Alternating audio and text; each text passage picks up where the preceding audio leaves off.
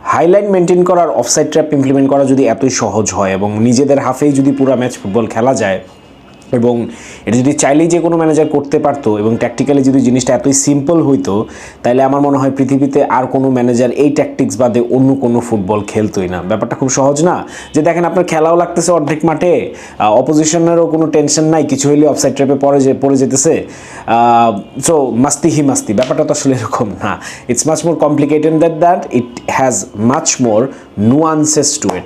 So বিষয়টা হইতেছে দিন শেষে যে গতকালকে যেই ম্যাচটা আমরা দেখলাম বার্সেলোনা এবং হানসি ফ্লিক জিতছে, এবং এটার পিছনে offside trap is probably the most talked about, কারণ এমবাপে 7-8টা অফসাইড হয়েছে, বেশ কিছু চান্সেস ওয়েস্টেড হয়েছে এবং সব কিছু মিলায় সেকেন্ড হাফে মাদ্রিদ শো আপই করতে পারে নাই। সো যেটা আমি আগেও বলছিলাম যে এই ভিডিওটাতে একটু ইনডেপথ আন্ডারস্ট্যান্ডিং ডেভেলপ করার চেষ্টা করব যে কিছু জিনিস, প্রথমত কেন মাদ্রিদ ওভারঅল অফসাইড ট্র্যাপটা বিট করতে পারে নাই বা সাকসেসফুলি বিট করতে পারে নাই।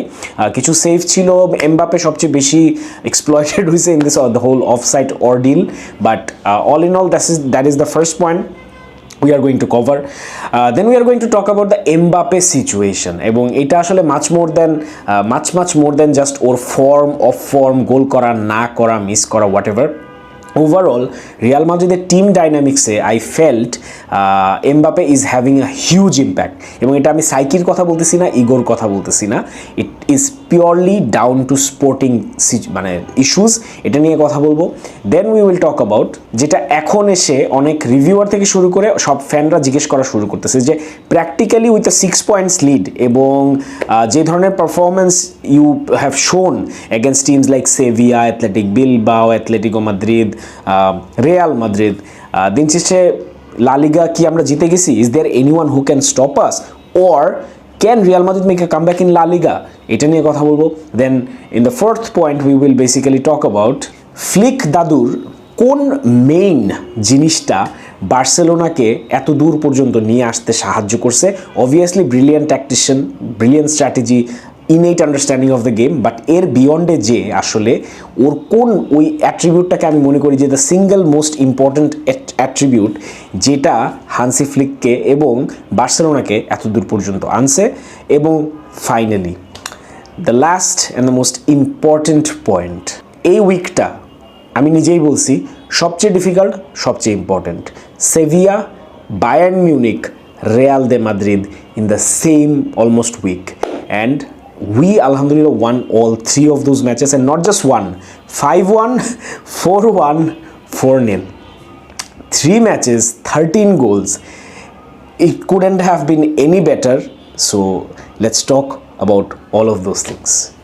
প্রথমেই অফসাইড ট্র্যাপ ব্যাপারটা নিয়ে আমি একটা জিনিস ভাই সোফা স্ট্যাবলিশ করে ফেলছি যে শুধু যে দৌড় দেয় তার উপর না, যে পাস করে তার উপরও ডিপেন্ড করে, রাইট? এখন আসেন ব্যাপারটা আমরা একটু ট্যাকটিক্যাল বোর্ডে যদি বোঝার চেষ্টা করি। So if we look at the defensive high line, so আমরা বেসিক জায়গা থেকে কি দেখতে পারি? It's a basic scenario, right? So আমার ক্ষেত্রে যদি ধরি আমি এটা এমবাপে, এটা যদি আমি ধরি বেলিংহাম একটু ডিপ, এখানে যদি আমি ধরি ভিনি অথবা let's say swap, Vini or Mbappe swap, and this is the back line of Barca, let's say hypothetically speaking. So আমরা যে কালকে মার্জিনাল অফসাইডসগুলো দেখছি, ওই মার্জিনাল অফসাইডগুলো কখন হয়? যে কথার কথা যে এইখানে আছে, মিডে আছে বা কাছাকাছি আছে of Barca's defensive line or deep lying playmakers or সিডিএমসদের কাছে। সো বল যদি ওর কাছে থাকে, একটা বল যদি ফর সাম রিজন এমবাপের কাছে প্লে হয়, he makes a run from here to here, তাহলে আপনি একটা বিষয় আপনি খেয়াল করে দেখবেন, distance between the passer and the receiver, it's very ছোট একটা জায়গা, রাইট? এখন বিষয়টা হচ্ছে কি, সিন্স বার্সেলোনার defensive style is so compact and it's not just about the backline, শুধু ব্যাকলাইন না, there is a great communication between the defenders এবং সিডিএম, যেটা আসলে একটা ডিফেন্সিভ সলিডারিটির জন্য ইজ খুবই ক্রুশাল। যে যখন আমার ব্যাকলাইন জানে আমার কানেক্টারগুলা কারা উইথ মাই ফ্রন্ট লাইন, এবং যখন ডিফেন্ডাররা জানে যে আমি যদি বিপদে পড়ি তখন আমাকে কে ওভারল্যাপিং করবে, then it makes it very sort of how to put it easier to track, right? আমি ট্র্যাক করাটা ইজিয়ার হয়। নাও যেটা হয়েছে যে এই প্লেয়ারগুলা এই দুইটা player Mbappe and Vini offside trap easily break করতে পারবে না, পারবে মার্জিনালি ব্রেক করতে পারবে, বাট ওইটাকে আসলে ব্রেক করা বলবো না আমি, ওইটাকে আমি বলবো accidental let's a beating the offside trap for once, কিন্তু ওইটা not by design, not by design কখন হবে আমি বলি। সো লেটস এ এই ব্যাকলাইন যখন busy marking Vini and Mbappe, তখন কথার কথা বেলিংহামের দরকার ছিল that freedom, that roaming freedom, creative freedom, যেটা বেসিক্যালি অ্যালাউ করতো লেটস ভালভার্দে, এবং যেটা আমি মনে করি যে সবচেয়ে বড় মিসিং পিস ছিল রিয়াল মাদ্রিদের, and the worst blunder from Carlo Ancelotti is not having Luka Modric here, কথার কথা বলছি, with the ball in the middle of the park, in the middle অথবা in the opposition territory. Bellingham যদি এইখান থেকে run make করে আনট্র্যাকড, Bellingham যদি এখান থেকে রান মেক করে আনট্র্যাকড, তখন someone like Modric can read দুইটা ট্র্যাজেক্টরি রিড করতে পারবে। একটা হচ্ছে ও কখন একদম ক্লোজেস্ট টু ডিফেন্সিভ লাইন থাকলে আই ক্যান প্লে দ্য বল, যেটা থ্রু বলেরও কাজ করবে, এবং বেলিংহাম অফসাইড হবে না। দুইটা জিনিস ও যখন পাসটা দিচ্ছে, মডরিচ যখন পাসটা দিচ্ছে, ওর দুইটা জিনিস ক্যালকুলেট করা লাগতেছে, এই জিনিসগুলো র্যান্ডমলি হয় না। ওর দুইটা কি ক্যালকুলেট করা লাগতেছে, when is the last second I can play the ball, এবং ওর কারেন্ট পজিশন থেকে যেই পজিশনে গেলে ও বলটা পাবে ওই পজিশনে আমাকে বলটা প্লে করতে হবে। সো যখন you are talking about beating an offside trap, it's not about those marginal offsides যেটা কালকে ভিনির ক্ষেত্রে হয়েছে, ওইগুলোকে অফসাইড ট্র্যাপ বিট করা বলে না। অফসাইড ট্র্যাপ বিট করতে হলে what you need to do is you need to stop looking at the back line, and basically তোমার যদি বার্সেলোনা যে ধরনের হাইলাইন মেনটেন করে, এটা বিট করতে হলে তুমি তোমার ফরওয়ার্ডদেরকে দিয়ে বিট করবা না, তোমাকে এটা আইদার বিট করতে হবে তোমার উইং ব্যাককে দিয়ে অথবা অ্যাটাকিং মিডফিল্ডারদেরকে দিয়ে, এবং unit creative midfielders both in let's say CDM position, pivot position, and unit good ball playing centre backs or defenders. তাহলে যেটা হবে যে ব্যাকলাইন কিন্তু ফরওয়ার্ডদেরকেই মার্ক করবে। সহজ হিসাবটা এখানে বুঝেন, ফরওয়ার্ডদের মার্ক করার কাজই হচ্ছে সেন্টার ব্যাক স্ল্যাশ এন্টায়ার ব্যাকলাইনের। সো ওরা যখন কোনো রান মেক করবে অ্যাজ ডিফেন্ডার্স, ফার্স্ট থিং আমি হচ্ছে অবজার্ভ করব এই বান্দারা কখন দৌড় দিচ্ছে, সো আমি ড্রপ ডাউন করব। কিন্তু ওয়েন ইটস আ মানে কি বলবো unmarked runner, in this case let's say a full back or let's say attacking midfielder, তখন এটা অনেক ডিফিকাল্ট হয়ে যায় যে তুমি কি তোমার ফরওয়ার্ড যাদেরকে তোমার মার্ক করার কথা তাদেরকে ট্র্যাক করতেছো, নাকি এই মানুষগুলো যারা হুটহাট রান মেক করতেছে, এবং অলসো অপোজিশনে এমন একটা প্লেয়ার আছে যে এই পাসটা বের করে ফেলতে পারবে দুইটা ক্যালকুলেশন দিয়ে, আমি লাস্ট কোন সেকেন্ডে বলটা ছাড়তে পারবো এবং বলটা এক্স্যাক্টলি আমার কোথায় ফালাইতে হবে। সো কালকে যেই জিনিসটা অ্যাবসেন্স ছিল, বেলিংহামের এই কোনো ফ্রিডমই ছিল না to make those roaming runs, to play a more free flowing role, maybe a number 10 role, আর যেটা ছিল না the absence of Modric slash Arda Guler, যে ওই বলটা বের করতে পারবে। ইয়েস এমবাপে 2বার ভাঙছে, ইয়েস বেলিংহাম 1বার ভাঙছে, but that is not breaking a offside trap. এটা হচ্ছে রান অফ দ্য গেমে they made a run, fortunately they were not offside. So আমরা যখন বলি অফসাইড ট্র্যাপ বিট করতে হবে, this is basically the tactic or the strategy you have to implement to break an offside trap by design, not by fluke, right? So এটা এই জন্য কালকে হয় নাই, and this is what is making Hansi Flick such a strong manager. এবং এখানে একটা আমি আপনাদেরকে একটা সিক্রেট বলি, এটা কারো বললেন না, সিক্রেটটা হচ্ছে যতদিন পর্যন্ত টিমরা হানসি ফ্লিকের অফসাইড ট্র্যাপ বিট করার জন্য খেলবে ততদিন ওরা পারবে না। যখন দে আর মানে সর্ট অফ ডিভাইসড, ওরা যখন প্ল্যান নিয়ে নামবে to find runners from in behind, মানে হচ্ছে ডিফেন্সিভ লাইনের সাথে যারা আমার প্লেয়াররা থাকে এর পিছে বা এর মানে আমার ব্যাকলাইনের আগে যে প্লেয়ারগুলো থাকে তাদেরকে I need to find and they need to make the run. So speed ভিনির এমবাপের ম্যাটার করবে না, স্পিড ম্যাটার করবে মিডফিল্ড থেকে যে দৌড় দিচ্ছে। পাসিং ম্যাটার করবে না হচ্ছে সামনের ফ্রন্ট লাইন প্যাসেসদের, পাসিং ডিপেন্ড করবে পিভট পজিশন থেকে অ্যান্ড ডিফেন্সিভ পজিশনস থেকে। So that is when you can break an offside trap, that is you can break the high line of a team like Barcelona and Hansi Flick. So now let's come to the second point, the curious case of Kylian Mbappe. এইখানে খুব বেশি সময় spend করবো না, যেটা আমি আপনাদেরকে সহজভাবে বোঝানোর চেষ্টা করি। সো ওয়েন একটা team like Real Madrid plays as well as they have in the last season and achieve as much they have in the last season, এর মানে কি?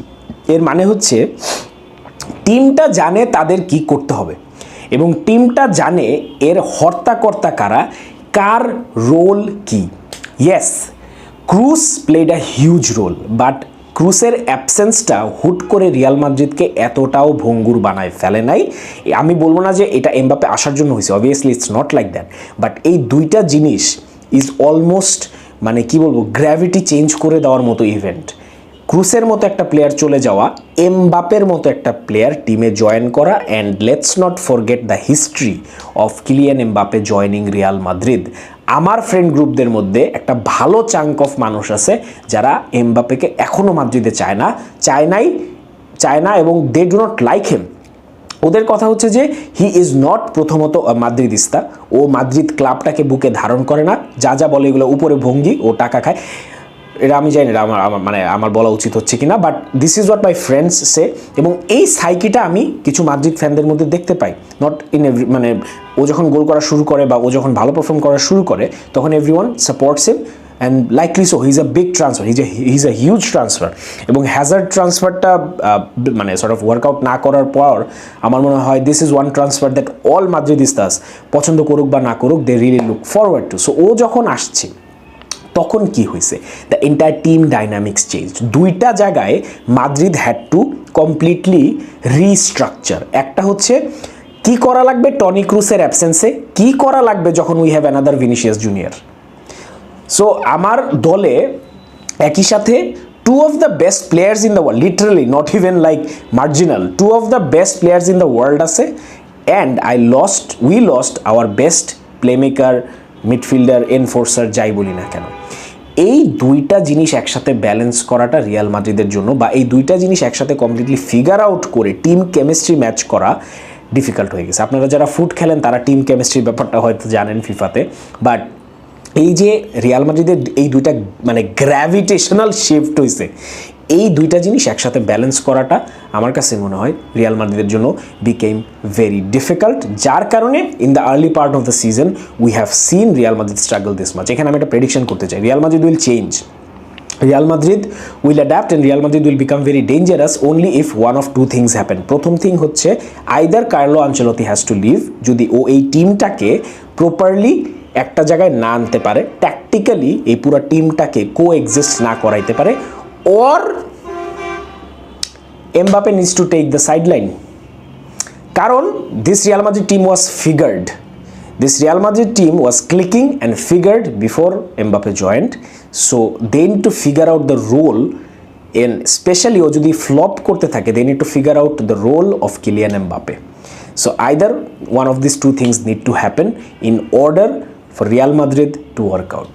Now let's come to number 3. বার্সেলোনার লা লিগা জেতার odds কতটুকু, or Real মাদ্রিদের comeback করার odds কতটুকু। নাও এইখানে যে বিষয়টা আমাদেরকে একটু মাথায় রাখতে হবে, 6 পয়েন্টের lead after 11 match days in La Liga is substantial. এইটাকে ছোট করে দেখার কোনো সুযোগ নাই, এটাকে অবহেলা করার কোনো সুযোগ নাই। 6 point is a lot of points in La Liga, and আমি এই সিজনে জাস্ট অন দ্য বেসিস, খুব short and quick answer, just on the basis of কি বলবো, দ্য পারফরমেন্স ইন লা লিগা, আমার যেটা মনে হয় দ্য প্রবাবিলিটি ইজ, আর যতগুলা ম্যাচ বাকি আছে লা লিগাতে, Real Madrid has more probability to drop points then Barcelona.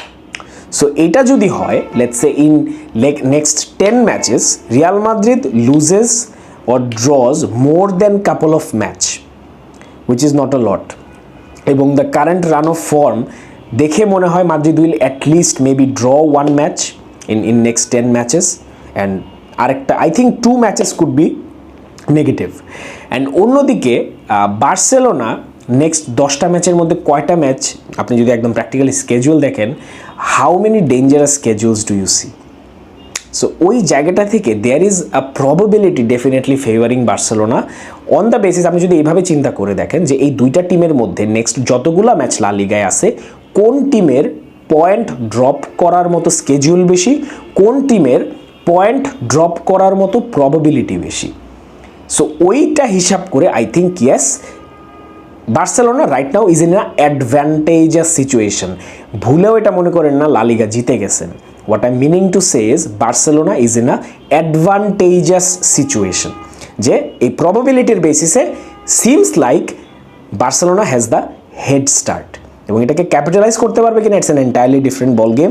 Injury এইটা সেটা, কোপা ডেল রে শুরু হবে, সুপার কোপা শুরু হবে, নতুন নতুন স্কেজুয়াল আসবে, অনেক কিছু অনেকভাবে অ্যাডাপ্ট করতে হবে, এটা করতে গেলে ওইটা করতে গেলে সেটা হবে না। But right now if you ask me after 11 match days definitely Barcelona has the advantage. Number 4 যে পয়েন্টটা সেটা হচ্ছে যে হান্স ডিয়েটার ফ্লিক এর ট্যাকটিক্যাল মাস্টার ক্লাস নিয়ে আমি কথা বলতে পারবো না, কজ আমার অনেক স্টাডি করা লাগবে, আমার অনেক বোঝা লাগবে। জাস্ট র্যান্ডমলি কয়েকটা ভিডিও এসে দেখে কথাবার্তা বললেই হবে না। অ্যাকচুয়ালি যতটুকুই দেখছি আমার মনে হয় নট ইনাফ। মানে হান্সি ফ্লিককে যদি ট্যাকটিক্যালি আমি বুঝেই ফেলতাম এবং এটা নিয়ে যদি আমি ভিডিও বানাতে পারতাম, তাহলে আমি এখানে বসে থাকতাম না। সো সহজভাবে আমি আপনাদেরকে একটা জিনিস বুঝাই, আমি আপনাদেরকে একটা মোমেন্ট বলি। হান্সি ফ্লিকের আই থিঙ্ক বায়ার্ন মিউনিক ম্যাচটার পর পোস্ট ম্যাচ কনফারেন্স ভিডিওটা আপনারা যা দেখতে পারেন চাইলে, ইউটিউবে থাকার কথা, he was giving a press briefing, মানে পোস্ট ম্যাচ যে এটা হয়, অ্যান্ড হি ওয়াজ মানে talking with a very bright smile, যেটা আমরা সবসময় দেখি। Then suddenly a phone rang, and ও খুবই strict at the same time, still keeping the smile, but you could see very strict ওয়েতে said silent your phones. I might be nitpicking here, I might be grasping into completely invisible things, but এটা না আমাকে একটা বিশাল character attribute sort of বুঝাইছে about Hansi Flick. That is, I smile, you might find me or আমাকে দেখে friendly মনে হইতে পারে, but don't for a second think I am your friend. I am a guide, I am a teacher, I am an instructor, I am a coach, I am your gaffer. It's very important. Being friendly and being friends are two very different things. Xavi, I felt, became too much of an idol. If you looked at Gavi, Pedri, Araujo, এই প্লেয়ারগুলা জাভির দিকে যখন তাকাইতো তখন তারা দেখতো অন্য একটা জিনিস। ফ্লিকের ক্ষেত্রে এটা ডিফারেন্ট। ফ্লিকের ক্ষেত্রে ইউ সি একটা মেন্টর, ফ্লিকের ক্ষেত্রে ইউ সি আ কোচ, ফ্লিকের ক্ষেত্রে ইউ সি আ টিচার, যে আমাকে সব কিছু উজাড় করে বুঝাবে, সব কিছু আমাকে প্রপারলি বুঝাবে, but he is not going to take any bullshit from me, not gonna happen. এটা প্রেস কনফারেন্সে একটা ফোন বেজে ওঠাও উইল নট বি টলারেটেড। কুন্ডের মতো প্লেয়ার 5 মিনিট দেরি করে আসাও will not be tolerated. So yes, I will smile, but I know what am I doing. Last but not the least, আমরা কিভাবে এই 3টা match this week from hell survive করতে পারলাম, এবং সারভাইভ বলাই উচিত না এটাকে, আমরা লিটারালি ট্রায়াম্ফ করলাম। একটা word, relaxation, that's it, that is the only reason. বার্সেলোনার লাস্ট 4-5 সিজনে কোনো বড় স্কেজুল হোক, এটা champions league, mostly in champions league, বা এটা হোক against Atletico Madrid, even last সিজনে অ্যাগেন্স্ট জিরোনা, তার আগের সিজনগুলোতে অ্যাথলেটিক বিলবাও, রায়ো ভায়াকানো, তারপর হচ্ছে রিয়াল বেটিস, এই টিমগুলোর সাথেও খেলার আগে, with all due respect to them, players, managers, coaching staff, fans, journalists, everyone felt the nerves. মানে কি, যে সবাই একটা কেমন জানি ইনভিজিবল আতঙ্ক, অতিরিক্ত হাইপ, অতিরিক্ত এনার্জি, সব কিছু অতিরিক্ত ছিল। টেনশন এবং এনজাইটি অতিরিক্ত ছিল, এনার্জি অতিরিক্ত ছিল, এক্সাইটমেন্ট অতিরিক্ত ছিল। এখন এসে ইটস কাম, সাইলেন্স, সেভিয়া খেলবো, বায়ার্ন মিউনিক খেলবো, মাদ্রিদ খেলবো। সেভিয়ার সাথে কি ভাই আপনারা জিততে পারবেন? একটু ডিফিকাল্ট তো, will get the job done. Bayern Munich তো ভাই 8 গোল দিছিলেন, আপনিই তো দিছিলেন 8 গোল, এখন কি আবার পারবেন প্রতিশোধ নিতে? আমরা পাস্টে বিলং করি না, we are playing now, it matters now, past is immaterial. ভাই রিয়াল মাদ্রিদ তো অ্যামেজিং টিম, এমবাপ্পে আনছে, এই হয়েছে সে হয়েছে, আপনি পারবেন, আপনি পারবেন পারবেন পারবেন হ্যাঁ পারবো। সেন্সেশনালিজমের একটা কথা আমি বলতেছিলাম পোস্ট ম্যাচ রিভিউতে। স্প্যানিশ মিডিয়া থেকে শুরু করে সবাই এটা অনেক ট্রাই করে to get in under the skin of the manager, to get under the skin of the players, to get under the skin of the team. এইটা হানসি ফ্লিক হইতে দেয় নাই। এইটা বার্সেলোনার প্লেয়াররা ফর সাম রিজন সাডেনলি হইতে দেয় নাই। অ্যান্ড দ্যাট সাডেনলি সাম রিজনটা হচ্ছে হানসি ফ্লিক। যখন the guy at the top sets the pace, sets the tone for the team, তখন বাকি 11টা 15টা 22টা 30টা যতজন প্লেয়ারই থাকে, নট জাস্ট দ্য মানে first team player, even players in Barça B, it get translated, it get transmitted. So that is what made us win. Relaxed, calm, composure, নিজেদের ট্যাকটিক্সটা জানা, নিজেদের স্ট্রেংথগুলোকে জানা, কাম অ্যান্ড কম্পোজারের সাথে মাঠে এক্সিকিউট করা, অ্যান্ড দ্যাট ইজ ইট। এর বিয়ন্ডে কিছুই না। Football is simple, football is complex. যেইভাবে আপনি জিনিসটাকে দেখতে চান সেইভাবেই দেখতে পারবেন, and that is basically an all inclusive understanding of everything building up to the El Clasico and the result, why, how and what happened. So thank you so much. Visca el Barça.